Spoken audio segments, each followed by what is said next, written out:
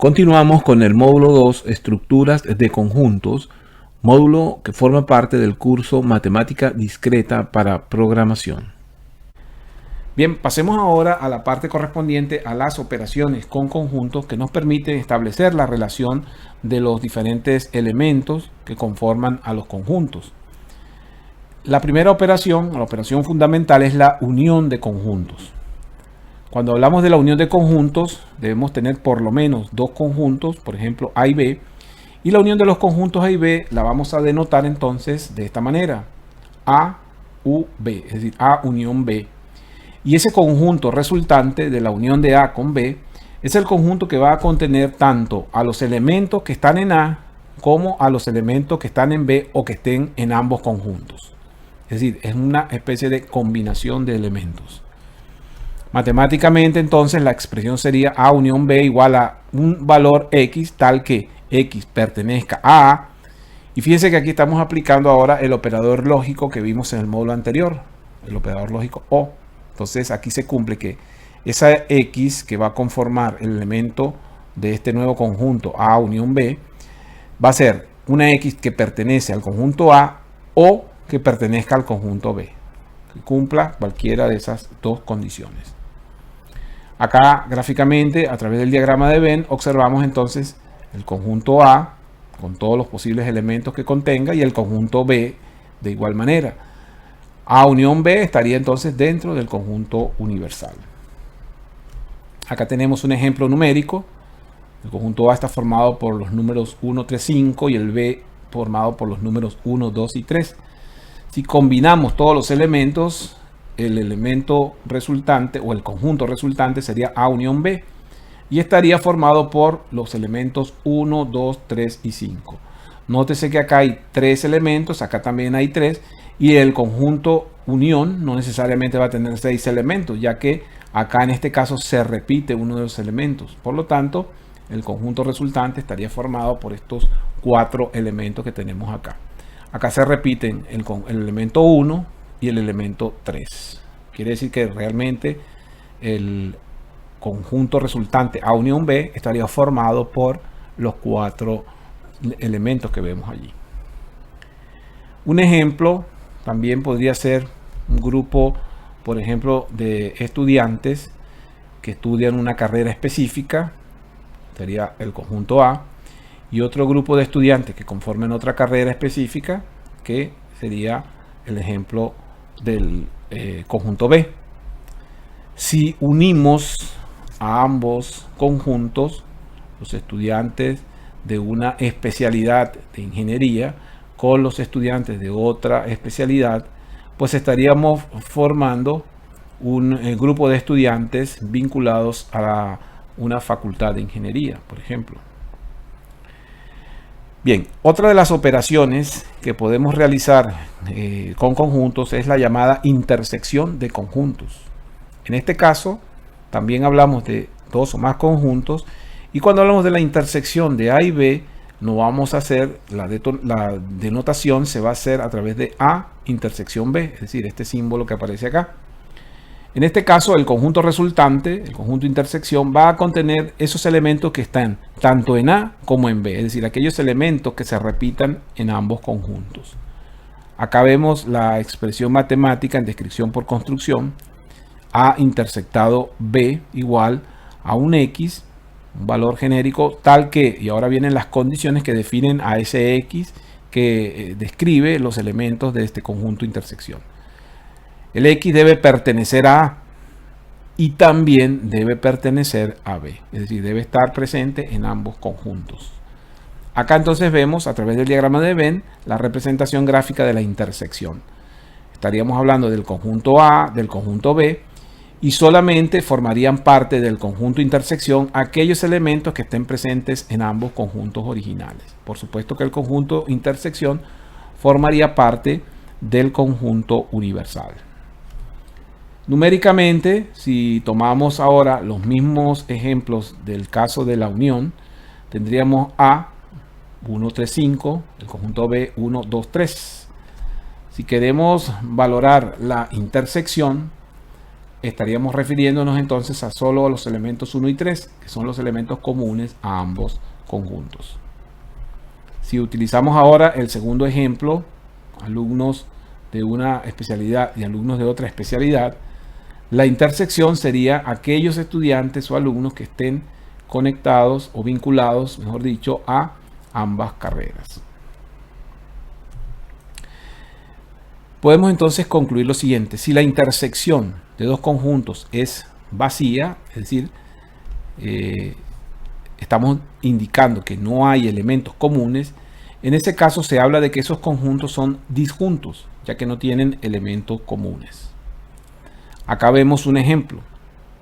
El conjunto A conformado por los números enteros 1, 3, 5, 7 y 9 y el conjunto B por los números 2, 4, 6, 8 y 10.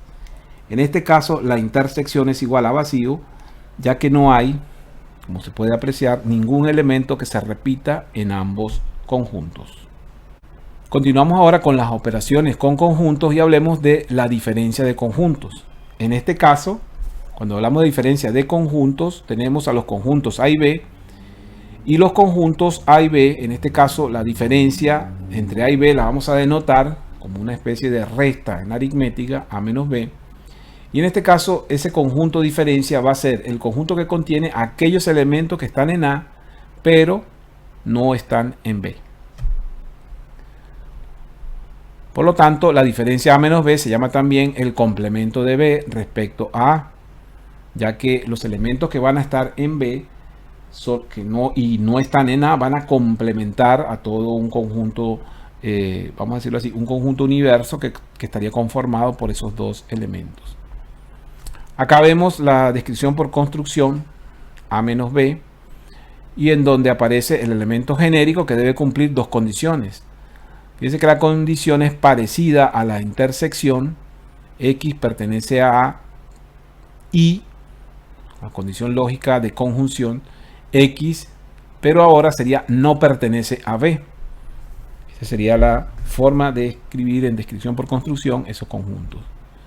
Y acá veríamos entonces gráficamente qué significa una diferencia de conjuntos. Acá tenemos todo lo que pertenece a A, pero que no pertenezca a B. Esa sería la resta de A menos B. Tendríamos acá entonces los elementos 1, 3, 5 en este ejemplo y los elementos 1, 2, 3 en otro segundo conjunto de este ejemplo.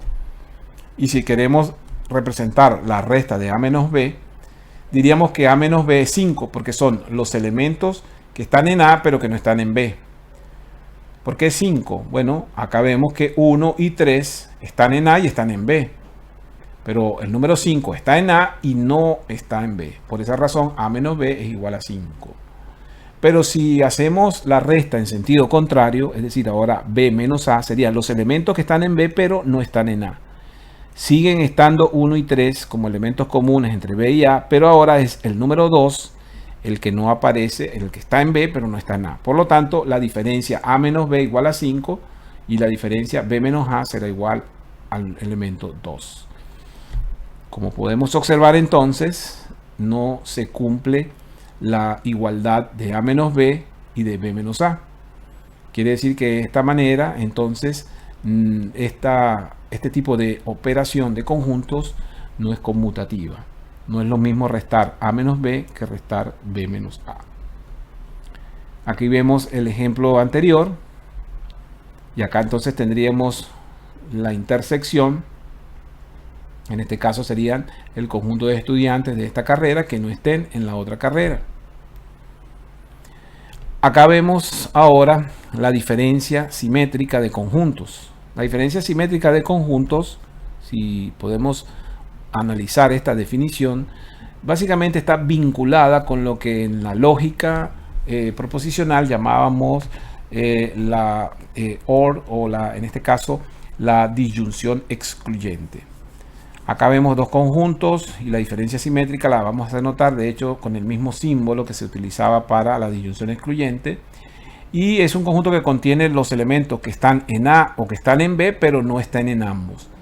O sea que prácticamente es lo opuesto a la intersección, ya que recuerden que la intersección son los elementos comunes a ambos conjuntos. Acá vemos la descripción por construcción A diferencia simétrica V está conformado por un elemento que cumpla estas dos condiciones, que pertenezcan a A o en forma excluyente pertenezcan a B. Esto quiere decir que no a ambos, solamente o pertenecen a A o pertenecen a B, pero no a ambos.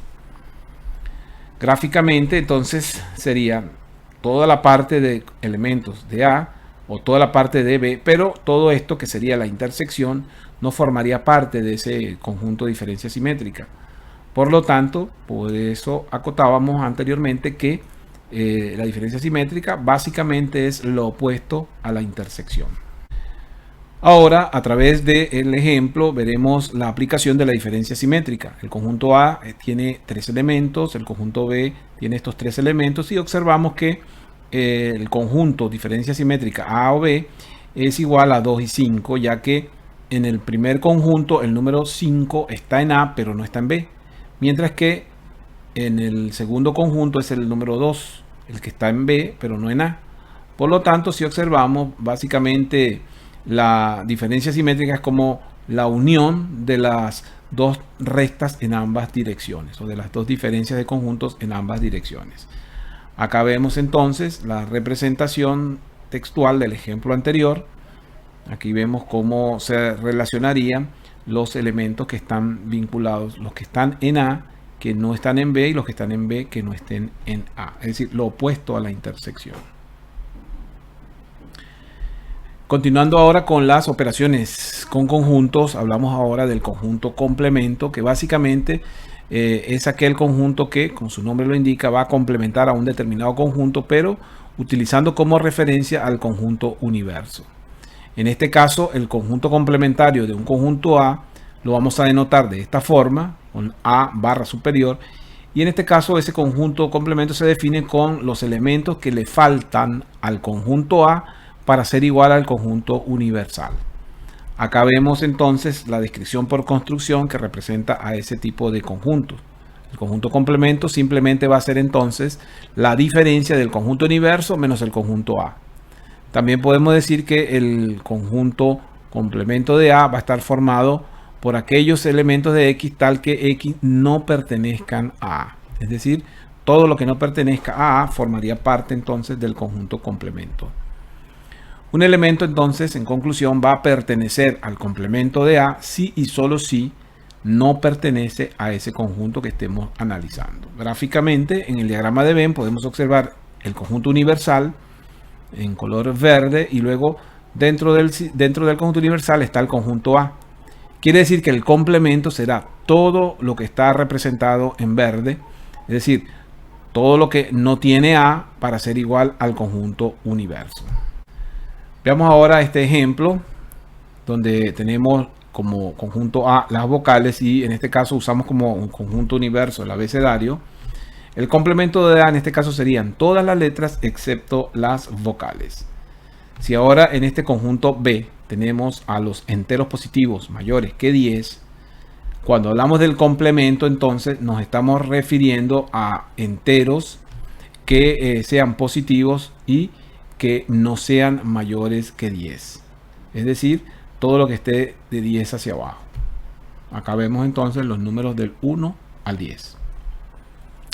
El producto cartesiano de conjuntos, que es otra de las operaciones que pudiéramos encontrar en estructuras discretas, se refiere entonces a tuplas ordenadas, o en este caso pueden ser pares ordenados o arreglos ordenados de 3 elementos, y básicamente son colecciones que permiten ordenar elementos en las que, por ejemplo, el elemento A1 es un primer elemento, el elemento A2 es un segundo elemento y hay un elemento enésimo que dependerá de la cantidad de conjuntos que se estén relacionando. Pueden ser, repito, pares o arreglos de 3, 4 o n elementos. Cuando hablamos entonces de dos tuplas, nos estamos refiriendo a lo que comúnmente se conoce como un par ordenado, es decir, un arreglo de 2 elementos. Quiere decir entonces que el producto cartesiano permite vincular 2 conjuntos. Acá, por ejemplo, tenemos 2 pares ordenados, AB y CD. Si ahora nos referimos a los conjuntos, el producto cartesiano de los conjuntos A y B lo vamos a denotar con esta X por B. Y vamos a definir al conjunto del producto cartesiano como todos los pares ordenados que relacionen AB, donde A pertenezca a A, al conjunto A, y B pertenezca al conjunto B. Si vemos el análisis en descripción por construcción, entonces el producto cartesiano sería un par ordenado, ya no sería un elemento único, sino un elemento conformado por un par ordenado. Y ese par ordenado tiene dos elementos, ya que estamos relacionando dos conjuntos.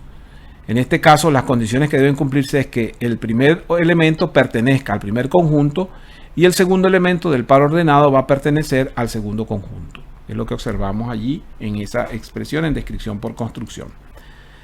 Es importante entonces analizar y comprobar que cuando hablamos de A por B, es decir, los pares ordenados que resultan del producto cartesiano de A por B, no es lo mismo que los pares que se ordenan cuando realizamos el producto de B por A. Por lo tanto, acá también decimos que el producto cartesiano no es conmutativo. Un ejemplo, como se muestra acá, tenemos a dos conjuntos, el conjunto A formado por un grupo de estudiantes de una facultad, y B son las asignaturas que están ofertadas para ese grupo de estudiantes. En este caso, cuando hablamos del producto cartesiano, tenemos todas las posibles matriculaciones de los estudiantes de esa institución. Si ahora trasladamos este ejemplo, pero a una forma numérica, entonces tendríamos el conjunto A formado por los números 1 y 2 y el conjunto B por las letras A, B y C. Podríamos hablar entonces de que esto es una categoría y esta es otra categoría de elementos. Por eso tenemos dos conjuntos distintos. Pero si queremos establecer relación entre esos elementos, usamos el producto cartesiano. Y entonces tendríamos la relación 1A, luego la relación 1B, es decir, la relación del primer elemento del conjunto A con todos los elementos de B. Y luego tendríamos la relación del segundo elemento de A con todos los elementos de B. En este caso tendríamos 6 elementos resultantes en el conjunto producto cartesiano. Otro ejemplo, acá tenemos 0, 1 para el conjunto A, 1, 2 para el conjunto B y 0, 1, 2 para el conjunto C. Es decir, ahora en vez de tener dos conjuntos tendríamos 3 conjuntos. En este caso entonces el producto cartesiano estaría dado por A por B por C, y acá tendríamos el primer elemento de cada uno de los conjuntos, luego el segundo elemento sería 0, 1, 1, y así sucesivamente. Por ejemplo, acá tendríamos 0, 1, 2.